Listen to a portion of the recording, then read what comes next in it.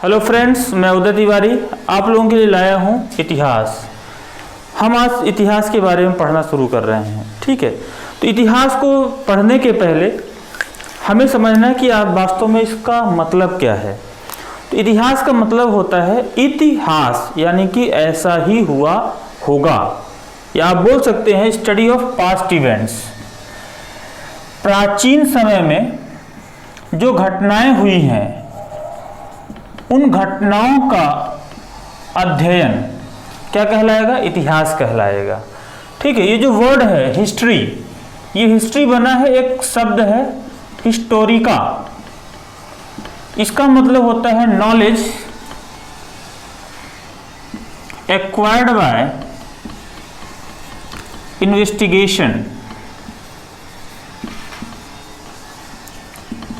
Knowledge acquired by investigation, इसका मतलब है क्या? इतिहास। और इतिहास के बारे में सबसे पहले बताने वाले जो व्यक्ति हैं उनका नाम है हेरोडोटस। इसलिए हम इन्हें हेरोडोटस को इतिहास का पिता कहते हैं, फादर ऑफ हिस्ट्री। इतिहास का जनक कौन है? हेरोडोटस हैं। इन्होंने पहली बार इतिहास के बारे में बताया, इस शब्द के बारे में बताया। तो आखिर हम किन घटनाओं को हम इतिहास मानेंगे? क्या कोई कारण है इतिहास मानने का? तो इसके लिए हम उन्हीं घटनाओं को, उन्हीं इवेंट्स को हम हिस्ट्री का पार्ट मानेंगे जिनके बारे में हमारे पास कोई ना कोई एविडेंस है। नॉलेज एक्वायर्ड बाय इन्वेस्टिगेशन, तो इन्वेस्टिगेशन के थ्रू जो एविडेंसेस हमें मिले हैं उन्हीं इन्वेस्टिगेशन के बेसिस पर हम इतिहास का अध्ययन करते हैं। तो ये सोर्स क्या क्या हैं इतिहास के, हिस्ट्री के लिए जो कुछ सर्टेन एविडेंस हैं, तो क्या क्या सोर्स होंगे? एक तो ये सोर्स आपके आर्कियोलॉजिकल हो सकते हैं, आर्कियोलॉजिकल, पुरातात्विक सोर्स। पुरातात्विक स्रोत में आते हैं आपके इंस्क्रिप्शंस, अभिलेख आ जाएंगे। इसमें आपके आ जाएंगे कॉइन्स, सिक्के।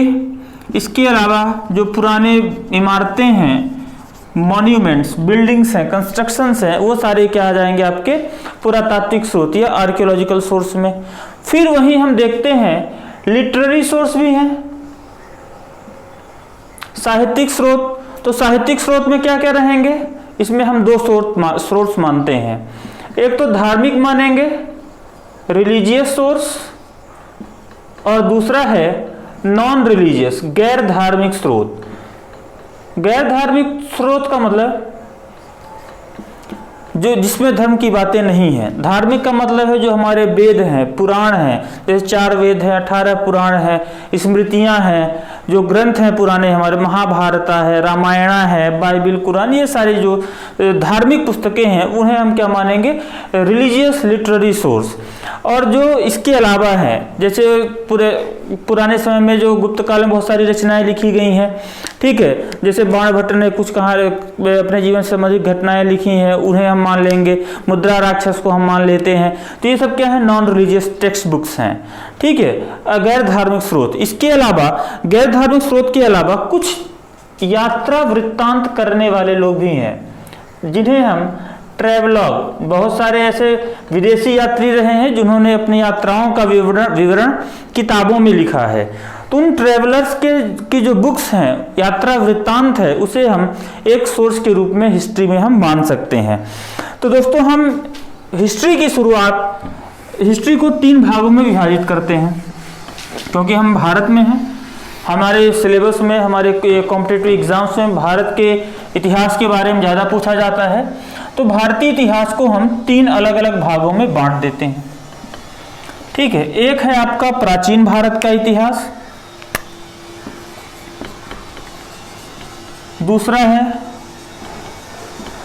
मध्यकालीन भारत का इतिहास, और फिर है आधुनिक भारत का इतिहास। तो इनका टाइम पीरियड कब से कब तक है, ये सारी चीजें एक कंसर्न है।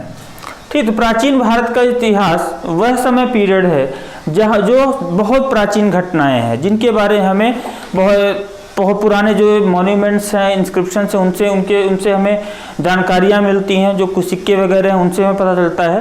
तो इन्हें हम कालखंडों में विभाजित कर लेते हैं।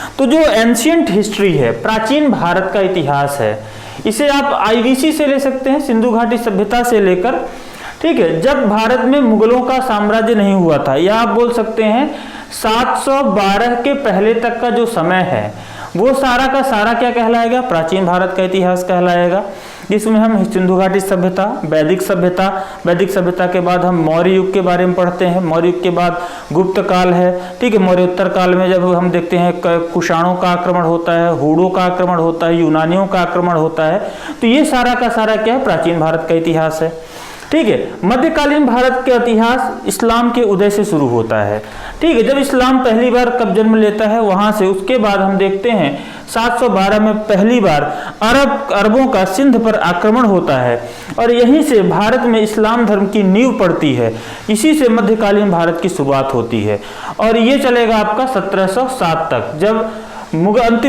अंतिम बहादुर मुगल बादशाह औरंगजेब की मृत्यु होती है, ठीक है। उसके बाद औरंगजेब के बाद सारे के सारे मुगल जो है वो काफ़ी कमज़ोर रहे हैं, ठीक है। तो हम 712 से 1707 तक का जो टाइम पीरियड है उसे हम मध्यकालीन इतिहास मानते हैं और फिर 1707 के बाद से लेकर 1947 तक का जो पूरा टाइम पीरियड है वो कहलाएगा क्या, आधुनिक भारत का इतिहास। तो इस तरीके से हमने इतिहास को 3 अलग अलग कालखंडों में विभाजित कर दिया है। तो दोस्तों हम अपने इतिहास की शुरुआत करेंगे मध्यकालीन भारत से। तो मध्यकालीन भारत का इतिहास पढ़ने के पहले हमें समझना होगा कि आखिर इस्लाम का जन्म कब और कैसे, कहाँ, किन परिस्थितियों में हुआ। तो अब हम देखेंगे राइज ऑफ इस्लाम।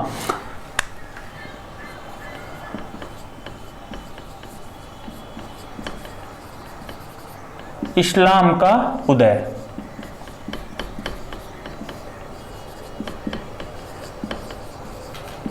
इस्लाम का उदय ऐसा माना जाता है कि जो अरब है, अरब में मक्का नामक स्थान से माना जाता है। अरब के लोग क्या है, व्यापारी हुआ करते थे, यहाँ व्यापार और खेती किसानी करके अपना जीविकोपार्जन किया करते थे और यहाँ व्यापार को बहुत महत्व दिया जाता था। वहाँ एक व्यक्ति हैं हजरत मोहम्मद,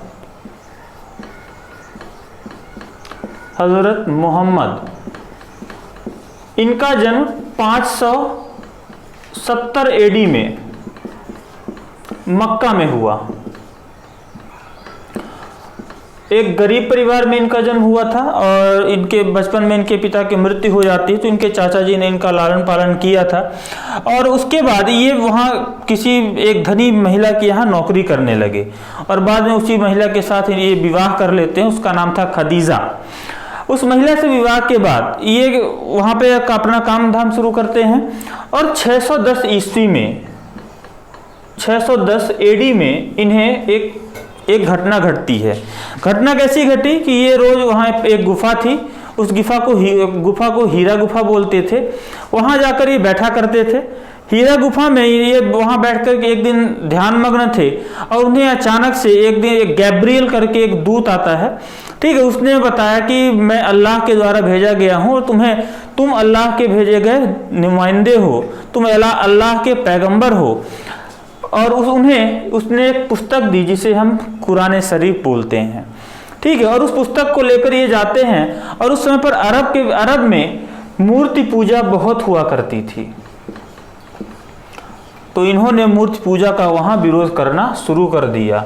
लोगों को बताया कि मुझे गैब्रियल ने एक गुप्त संदेश दिया है और इसी संदेश से मैं अब क्या हो गया हूँ, पैगंबर। पैगंबर का मतलब होता है पैगाम ले देने वाला। किसका पैगाम देने वाला? अल्लाह का। जैसे हिंदुओं में ओम होता है, जैसे कोई भी काम की शुरुआत हम ओम से करते हैं, वैसे ही इस्लाम में बिस्मिल्लाह होता है।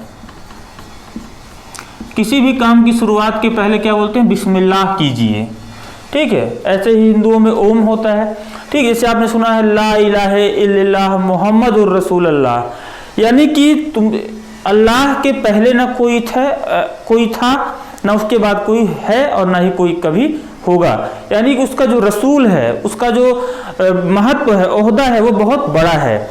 जैसे अल्लाह है, अल्लाह और खुदा दोनों क्या है, एक ही वर्ड है, ठीक है। तो पैगंबर हजरत मोहम्मद साहब अल्लाह के पैगंबर थे, जो यहाँ पर उसके पैगाम को पहुँचाने के लिए इनका जन्म हुआ था। तो ये वहाँ मक्का में मूर्ति पूजा का विरोध वगैरह करना शुरू कर देते हैं और इनके आप भाइयों से ही इनका युद्ध होता है। और जब लोगों ने इनकी बातों को नहीं माना और इन्हें वहाँ से खदेड़ना शुरू कर दिया, तो ये 622 में मक्का से मदीना की ओर चले जाते हैं। मक्का से ये मदीना जाते हैं और इसे ही बोलते हैं हम क्या, हिजारत। यानी कि पैगंबर हजरत मोहम्मद साहब का मक्का से मदीना जाना क्या कहलाया, हिजारत कहलाया। और ये वही टाइम पीरियड है जहाँ से हिजरी संबत, इस्लाम धर्म का जो कैलेंडर है हिजरी संबत, उसकी शुरुआत होती है। ये वहाँ जाते हैं मदीना में, और मदीना में जाकर वहाँ पर इन्होंने अपनी बातों का प्रचार प्रसार किया। इन्हें खूब समर्थन मिलता है, लोग इनकी बातों से बहुत प्रभावित होते हैं और इनके डिसाइपल बन जाते हैं, इनके फॉलोअर बन जाते हैं। और वहाँ इन्होंने अपनी एक सेना इकट्ठा कर ली और लूटपाट करके, या जो लोगों को पहले तो बातों से मनाते थे, नहीं माना तो वहाँ पे लड़ाई झगड़े करके भी लोगों को ज़बरदस्ती अपनी बातों को मनवाना इन्होंने शुरू कर दिया। इस तरीके से इन्होंने इस्लाम का प्रचार प्रसार शुरू कर दिया। और इस्लाम के प्रचार प्रसार के बाद इनकी जब मृत्यु हो जाती है तो इनके कुछ शिष्य बनते हैं। इनके शिष्य ही यहाँ पर क्या करते हैं, इनकी बातों का प्रचार प्रसार करते हैं। तो हम देखते हैं कि इस्लाम जो है वो निम्नलिखित 5 बातों पर बेस्ड है। उनके 5 प्रोटोकॉल्स हैं इस्लाम के लिए। एक तो है सबसे पहला कि कोई भी इस्लाम का व्यक्ति है, आप बोल सकते हैं 5 पिलर्स ऑफ इस्लाम। इस्लाम के जो 5 स्तंभ हैं वो कौन कौन से हैं। पहला, कलमा, सच्चा मुसलमान हमेशा कलमा फॉलो करेगा। दूसरा, कलमा के अलावा यहाँ पर हम देखते हैं कि नमाज अदा की जाती है, ठीक। तो हर एक मुसलमान दिन में कम से कम 5 बार नमाज अदा करेगा। और नमाज अदा करने के अलावा जो जुम्मे की नमाज यानी शुक्रवार की जो नमाज होती है वो मस्जिद में पढ़ी जाएगी। तो 2 पिलर हो गए, कलमा, दूसरा हुआ नमाज, तीसरा यहाँ पर अपनी उम्र में कम से कम 1 बार वो मक्का मदीना की यात्रा करेगा, हज पर जाएगा। जैसे हिंदुओं में 4 धाम यात्रा होती है, वैसे ही इस्लाम में हज की यात्रा होती है, जिसमें मक्का और मदीना की यात्रा की जाती है। इसके अलावा जो चौथा है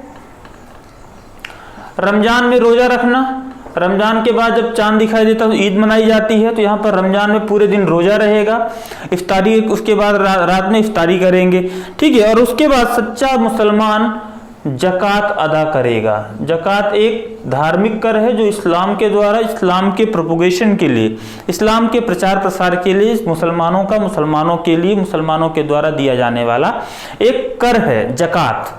आगे हम देखेंगे जजिया, जकात, खुम्स और खराज, आने वाले समय में बहुत सारे ऐसे कर मिलेंगे जो यहाँ पर हमें पढ़ने के लिए मिलेंगे। तो ये 5 आधारभूत स्तंभ हैं जो इस्लाम के लिए इम्पॉर्टेंट हैं। तो ये सारी चीज़ें थी यहाँ पर। और उनके पैगंबर मोहम्मद साहब की मृत्यु के बाद उनके जो शिष्य हैं, उन शिष्यों ने इस्लाम का प्रचार प्रसार करना शुरू कर दिया। तो उसमें जो सबसे पहले उनके शिष्य हैं वो है आपके अबू बकर।